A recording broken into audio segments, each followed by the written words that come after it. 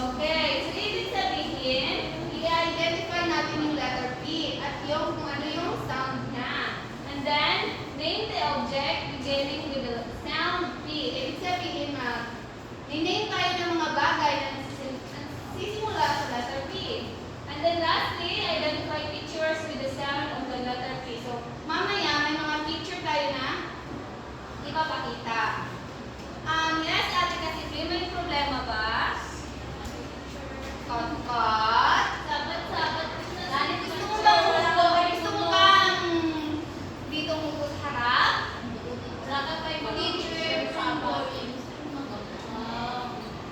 Gusto mo maghambang. So, kung gusto mo maghambang, nag-lesson muna tayo. Okay ba yun? Pagkatapos natin ng lesson, mas lalaro tayo. Okay. Ngayon, alam niyo ba ang letrang ito?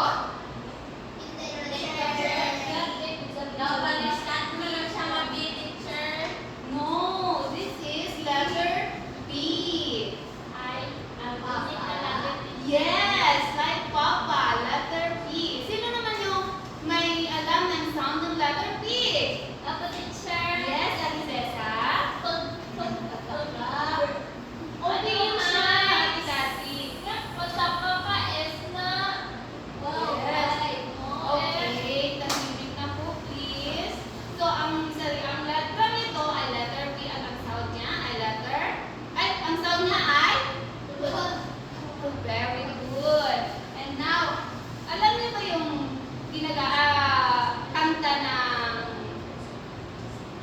kanta ng beginning letter P?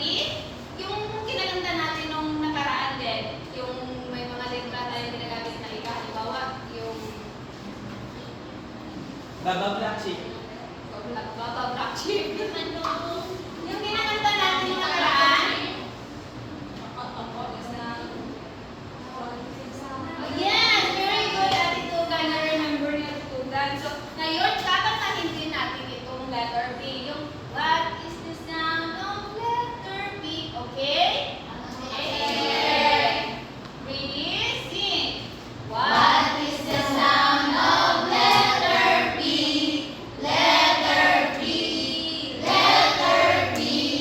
What is the sound of letter P? Okay, very good. So, alam niyo ba ang letrang P? Hindi po. Okay, napakilala mo. Ang letra nito ay letrang P. At ang sound niya ay P. P. P. Yes, very good.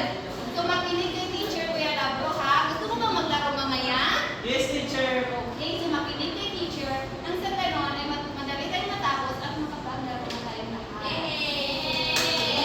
Now, may ipapakita akong mga picture. So, uhulaan nyo kung ano ang mga picture na ito. This one. Yes, very good. This is kalaha. Ano naman kaya sa English yung kalaha? Teacher, may kalaha. Pero teacher, may gusto. Ano may gusto ng inyong mga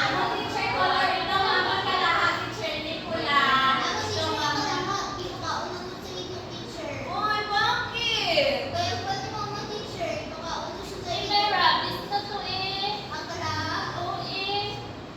Sige, kuha na to sa mama niyo, guys. Teacher na dito. May gutom ka na. May biscuit ka ba dyan? Naihi ko, teacher. Maihi ka. So, since nga rin naman sa sunod ang CR ta, so, ihi ka lang dito. Naduga na, teacher. Dali, Kuya Lambro, kayo dala ka sa CR. Okay na, teacher. Karoon na, teacher. Okay. So, this is kalaha. Sa English naman ang kalaha ay... Kadiro.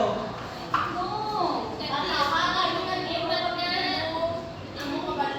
Ang kaliro, o ito din siya sa kalaha. So, di ba may nandali naman siya? Nandali siya ng yes. Yes. Kumbaga relatives yan sila. Pero sila ay magkaiba. Ang English ng kalaha ay fan. Saan ba sa mga salitang ito ang fan? Teacher, sa babaw. Ano nga yung true? Ako, teacher. Ito, ano ka, teacher? Yes. Ito, teacher, teacher. No. Ano ba? Ano sa iba dito? Ay. This one? Ano ba yung sinabi ko kanina? Kita? P. Yes, this is P. And this one? Ah. No, not this one. Yes, very good. Lalaki. And then this one? M. Ano ba yung sound ng N? Ano ito kasi? P. Yes, pin. So, ibig sabihin, hindi ito yung pan. Saan ba yung pan dito? Ito, teacher.